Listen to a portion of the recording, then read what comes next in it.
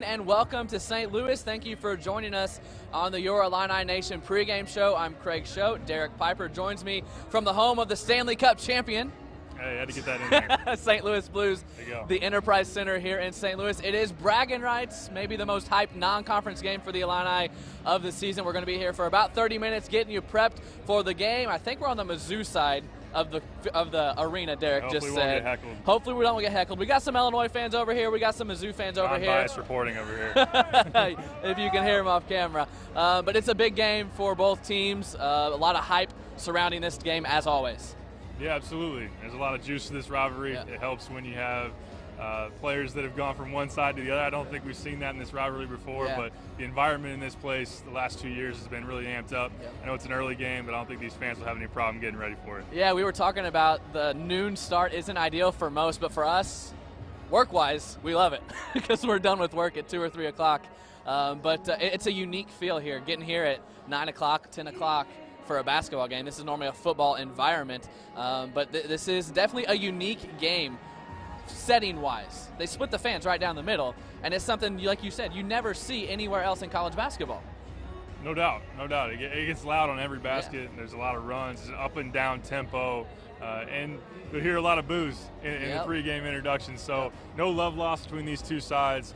This game matters for both, obviously. Yeah. Illinois trying to win their third game in a row. Mizzou took this last one last Yeah. year by 16 points, so Yeah. It's a big one. Yeah, Illinois trying to get back on the winning side of this rivalry, and this is a young Illinois team per se. A lot of these guys haven't played. A couple of these guys haven't played in this. Kofi Coburn hasn't played in this game, and it's a young team, but they know what to expect. They know that there's hype, and they know, like Kofi said the other day, that this game means a lot to the school. A lot of crowd, a lot of chanting. I just hold my head, control my emotion, and we're gonna be good.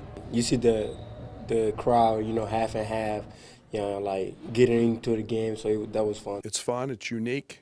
I love being a part of this game. Mizzou is playing their best basketball. Konzo's doing a great job. This is a veteran team. Most everybody knows the cast of characters that they're going to put out there.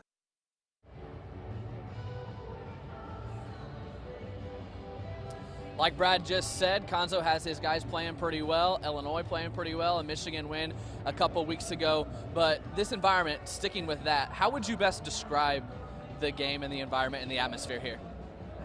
Crazy, intense. Both sides are able to get it going through the different stretches of the game. You got to be able to control yourself throughout and not get too high, get too low. Both teams are going to make a run, but overall there's animosity, a healthy dose of animosity in this building, which is good for college basketball. It's good to watch. I like that word. That's a good word. There's a lot of animosity here when these two teams match up. Is it one of those games where the last game doesn't matter, the last week doesn't matter, that both teams are going to come in and play their best? I think so. For the most part, both teams have had a whole week to prepare on finals week, and both teams are playing really well at the defensive end as well. Yeah. Missouri's Yeah. top 15 in the country in scoring defense. Illinois has done well through this 3-game stretch against Maryland, Michigan, Old Dominion, and really locking down defensively. So it's going to be a grinder in my opinion, but both teams will try to bring their best today. Yeah, Illinois had a week off. Missouri played my alma mater, SIU, Sunday. Played pretty well, shot the ball really well. Specifically, Mark Smith had played really well. Did you see any of that game? Yeah, Mark Smith, career high 23 points, Yeah. 7 threes, shooting 41% from 3 on the year. So one of the more efficient offensive players in the NCAA this season. Can really get it going. Obviously a lot of motivation for him going Yep. against his former squad, and he's going to be ready to play. But then Trent Frazier, I would assume, will be ready to lock him up the other end too. Yeah, Mark talked to the media here yesterday at Shoot-Around, and our CBS affiliate here in St. Louis asked him if he hears any of the Illinois fans on social media or anything. He's like, yeah, I see it, but I just kind of block it out and laugh at it. But he's only one of 3 former Illini. He's the only one that played for Illinois, but 2 signed. Like you mentioned in the intro, that doesn't happen very often, that you play your former school in a rivalry like this. No, I haven't seen it. I haven't seen it at all. Jeremiah, tell me, look at what Kofi's doing right now, and Yeah. Kofi's the big guy that Illinois has been waiting forever to have. That was supposed to be Jeremiah Tillman, Yeah, and exactly. hyped up as a big-time get, and he crosses rivalry lines when John Gross got fired. Yep. Brad Underwood tried to recruit him to get him to stay. He still went to Mizzou, and Javon Pickett was part of that class as well. So it's crazy to think that at one time Trent Frazier, DeMonte Williams, Jeremiah Tillman, and Javon Pickett were all in the same class, trying to add Mark Smith, and now all 5 are involved in this one, 3 on one side, 2 on the other. It is crazy. It is unique. But Brad Underwood said those Missouri guys, they played in this game last year. It's in the past. There's none of that anymore. He spoke on that this week in the media session.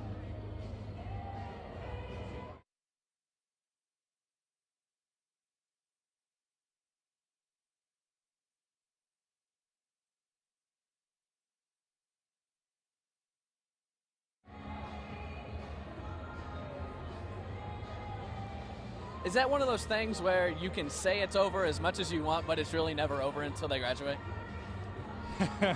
Absolutely. Yeah. I think that both sides they hate each other so much they don't want to give each other bulletin board material. Yeah. I wouldn't buy in too much to what's said in the media. This is a big game for both sides. Neither program likes each other. There's some extra to it on both ends, and you know, Io and Mark Smith at one time on Io's official visit, sitting there playing 2K, talking about being the best backcourt in the country, and now they're going to square off against each other. Mark knows, you know, what happened during his time in Champaign wasn't a very great end of the divorce. It was not a clean breakup. Wasn't a clean breakup. That's the best way to say that.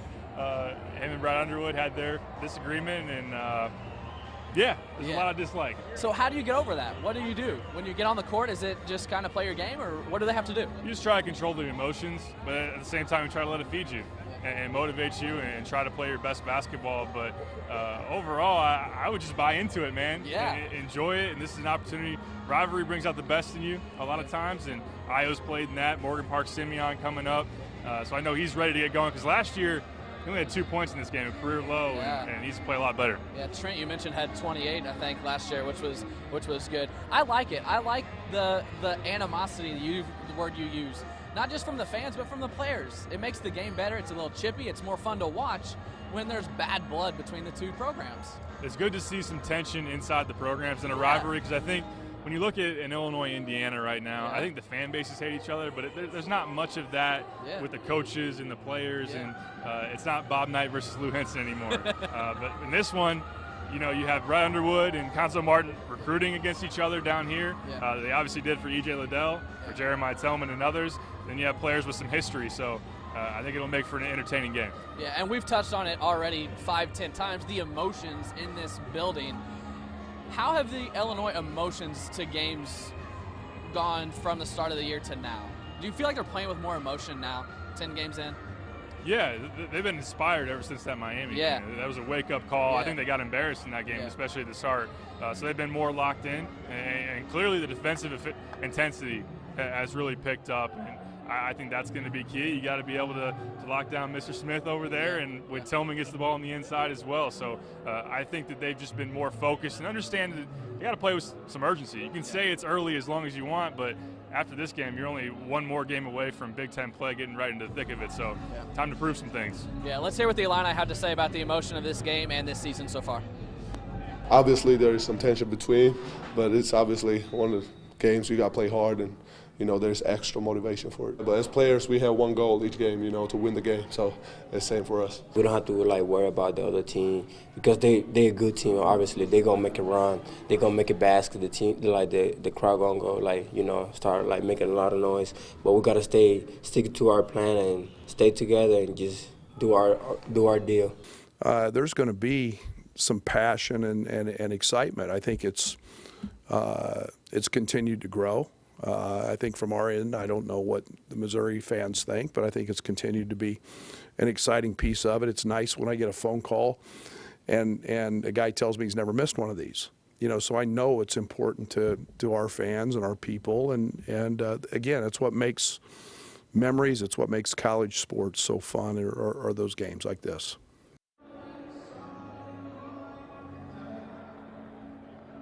As Brad just said, these are the games that make college basketball what they are. We've touched on it so many times already, but the emotions in this building make college basketball great. How do the Illini today, specifically, all of them except for Kofi have played in this game? Most of them except for Kofi and Boston. Hamlin, but so as far as your main rotation. Yeah, so how is that good that they've been here before, that this isn't their first time? Oh, no doubt. No doubt about it. And you know, Trent Frazier knows what this is like, and he loves it. He feeds off it. If you're a big-time player, you're probably going to like this environment and this challenge. I think Iowa will step up to it as well. And with Kofi, you want him to be excited about this matchup against Tillman, but just do what you're doing, big fella. What you did against John Teskey, Jalen Smith. Just play your game, but be ready for Mizzou to come at you hard and make someone else beat them. Yeah, we mentioned Trent had 28 last year. His freshman year, I think he had a big game. 22, so he 50 points in 2 games for him. But you said Io only scored 2. How much extra motivation is that for Io today to come out and be like, all right, I'm the dude here? Yeah, I think there will be. I think Io's playing the right way. I really liked how he performed against Old Dominion, making the right plays. He's not trying to force too many things, but there's no doubt about it, he wants to make a statement. I think this is a chance for him to really step up. There's been a lot of talk about his play not living up to expectations, and going into a long break, he'll have a lot of time to think about this one over Christmas time and gearing up and setting the tone for Big Ten play. I think he'll want to come out and make a statement to Mark Smith and to really everybody that he's a top-level player. Yeah, he's still the NBA player that people thought he was coming out last year when he decided to come back to Illinois instead of go to the NBA. We touched on Kofi a little bit being the only freshman that hasn't experienced this. What's the key for him emotion-wise to come out here and not get intimidated? They'll probably try and bully him up a little bit with Tillman. What's going to be key for him?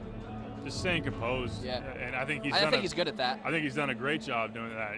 So far throughout the season, he's been the most confident and consistent performer throughout your start of the season. So getting the ball in the block and allowing yourself time to make your moves, not getting frustrated, because he's a big dude. He can challenge you. He's got long arms, a big wingspan, pretty athletic. So if he scores on you or blocks one of your shots, don't get frustrated and compound that by making a foul. We saw Georgie do that at times, obviously as a freshman. For Kofi, just play your game. Yeah, Tillman was the big guy that Illinois hadn't had in so long that Kofi now is. What does Tillman do that could cause Kofi problems? Yeah, he's a very good back-to-the-basket scorer. He's got a variety of moves, very good baseline spin move that he likes to go to. But he's 6'11", 260, runs the floor well, he moves well. He can also hit the mid-range jumper. And at the defensive end, he's going to be able to get a hand up and to challenge guards to go into the lane, but also when Kofi's trying to make his moves, he's going to definitely try to push him off the block as much as he can.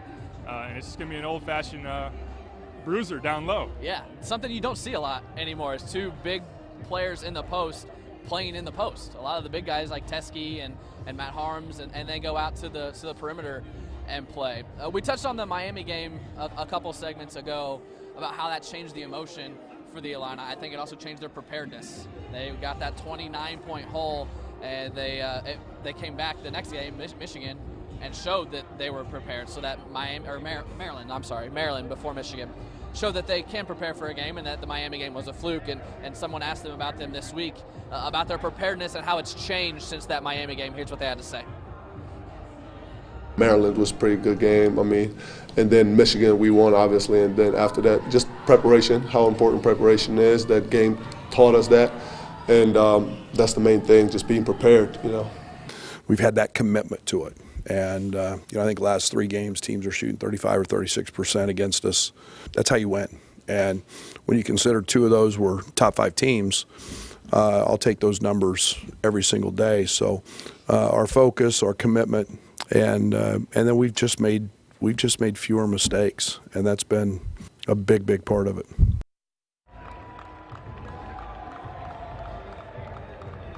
As Brad just said, they're holding their last 3 opponents to 35-36% shooting.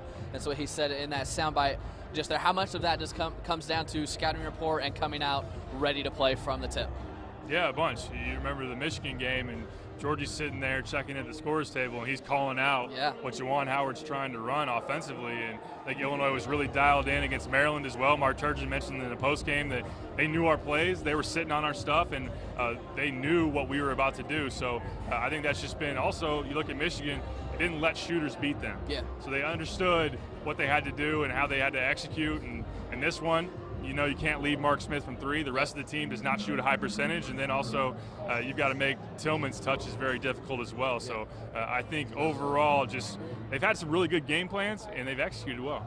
Yeah, since we got both teams out on the court here, we're going to step out of the frame. Marley's going to zoom in on the players as they warm up here for just a second. We're going to continue to talk about preparedness. How much of that is on the coaching staff and their scouting and their preparation to get this team ready? How well have they done so far? Yeah, it's part of their job. It's putting these players in the best position to succeed. And Brad took a lot of ownership after that Miami game, said it was my fault. I didn't have these guys ready. I didn't push them hard enough in practice to make sure they had the same intensity that we need to win. But I think it's also on the leaders as well. And I think that obviously within that locker room, a variety of guys, you have Andres Feliz, Adesumu, who can step up and demand more from themselves and from their teammates, and there's been a good response since then. And everyone talks about digging themselves the 29-point hole, but they came back, and I don't think they tied it, but they made up 28 points. They lost by 1. That says a lot about a 20-minute span there, making up 29 points. Yeah, no doubt. They played some very good basketball in the second half, really started to lock in defensively, and also got going with their offense. They have stretches with their offense, especially when they get going in transition. They can put a lot of points up in a hurry. So I think it shows you that when this team has energy, has urgency, they can be a pretty darn good basketball team. There's just no excuse for the way that they started that game, and you hope to avoid that. I don't think that'll be a problem today. Both teams are going to be ready to play. Yeah, they've looked so much better since then with the Maryland and Miami and the Old Dominion game even. How do these two teams match up today? What's Missouri do? What kind of offense are they, and will they cause any problems for the Illini? Offensively, they haven't been fantastic. They rely a lot on Mark Smith making threes. You know, more than 75% of Mark's shots are from deep, so you definitely got to watch him when he's catching and shooting from the outside. And also, of course, they go through Jeremiah Tillman on the block. He's been really up and down. Got to keep him off the offensive glass as well. And Javon Pickett had a big game last year, 16 points. He's kind of the do-it-all, dirty work guy, where he's willing to go into the lane. He can hit some outside shots, but more so with Missouri, it's their defense. Their defense has been really, really stout so far. Again, top 15 in scoring defense, and that's where they've been most successful, is getting stops. Yeah, you touched on Pickett, and I meant to touch on him earlier because he did kill Illinois last year. He was kind of the forgotten guy in that class when he was signed with Illinois. Many people weren't expecting a whole lot from him, and then he comes out here last year and he torches them. Who are some of the other guys on Missouri that weren't the Illinois guys that everyone knows that could cause problems? Yeah, Torrance Watson was a top 100 recruit, an athletic wing from the St. Louis area that can come off the bench. Xavier Pinson is from Simeon, a very quick and attacking point guard as well. So, and then Drew Smith is a starting point guard for them. Very, very high defensive grade outs. He really pressures the ball and keeps things in front, so that's a challenge. He's obviously going to draw the assignment for Trent Frazier. I'm sure that when he was a transfer last year, he watched Trent go for 28 and said, not this time, guy. Yeah. But also, he can shoot the three. He shot 49% from three at Evansville as a sophomore, and now comes out here and has the potential to fill it up. Yeah, we were looking at the scoreboard earlier. The main scoreboard in the middle didn't have the right starters. This ribbon board behind us did. I haven't seen the official starters, but it looked to us like they would go with the same starting lineup with DeMonte in there. Is that what you would expect, and is that a good move? Yeah, I like that. I like the way the team is defending, especially early on with DeMonte in the game. DeMonte is very good defensive rebounding, and obviously when you're able to prevent second chance opportunities, you're able to get stops. And DeMonte's a good passer as well. The one thing is, with him in the starting lineup, Mizzou could possibly scheme some help going down to Kofi in the post and leaving DeMonte open for jump shots. He has not shot the three or the mid-range very well. That's a shot he's got to be able to take and make. Yeah, DeMonte's a guy that you sacrifice the offense for what you get everywhere else from DeMonte. He's not scoring the ball, but Brad's loving the way he plays right now. Something else I wanted to touch on, these two schools met yesterday on the women's basketball court. The Illini women beat Missouri to start the season 8-2, I think. And you might have saw on Twitter, I definitely saw on Twitter, all of the other Illinois coaches congratulating the Illini women on the win. That shows how much this game means, not just for men's basketball, but just between the two schools in general. Yeah, I saw pictures from Lovie Smith and Chris Thomas, and obviously Brad Underwood sent a tweet out as well. So don't let anybody fool you in saying this is just another game. This is not. This means a lot to both schools, and to sweep the basketball side of it would be a big deal. Yeah, and the football series starts in like 20 years. Last year they signed a contract to start playing football again in like 2025 or something, which is a long way away. But Lovie Smith is going to be here. I think he just walked in. He's over there by the Illinois band down on the far side of the court. He said he's going to be courtside tonight, so he is going to be here. It means a lot for these schools and these programs. All right, we got about 5, 6, 7 minutes left, so we're going to start getting into our serious game prep here. We'll start first. What's the key for Illinois today? You got to continue to be really solid defensively. Yeah. I think Mizzou is going to be stout there. You got to execute your half-court offense, but really I'm looking for Illinois to get out and run at every opportunity. Mizzou has played at a pretty slow pace. I think if you can get Trent Frazier going in transition, Adesumu is at his best operating the open floor. Of course, you want to go inside to Kofi, but if you can get your guards going in transition and pushing the pace, I think that's where Illinois can get a little more comfortable and dictate how this game's going to be played early. I like the Illinois offense so much better when they get up and go. I think when they get in the half court, they get pretty stagnant. At times, they do have those explosive plays. They run a lot of the alley-oops, backdoors, but they're so much better in transition than they are in set offense, in my opinion. Oh, there's no doubt about it. The spread offense does not look pretty. Some of the high ball screen stuff has worked well. I like to see more of that, but overall, when they're going up and down, that's when they're at their best. Alan Griffin hit some transition threes in the last game.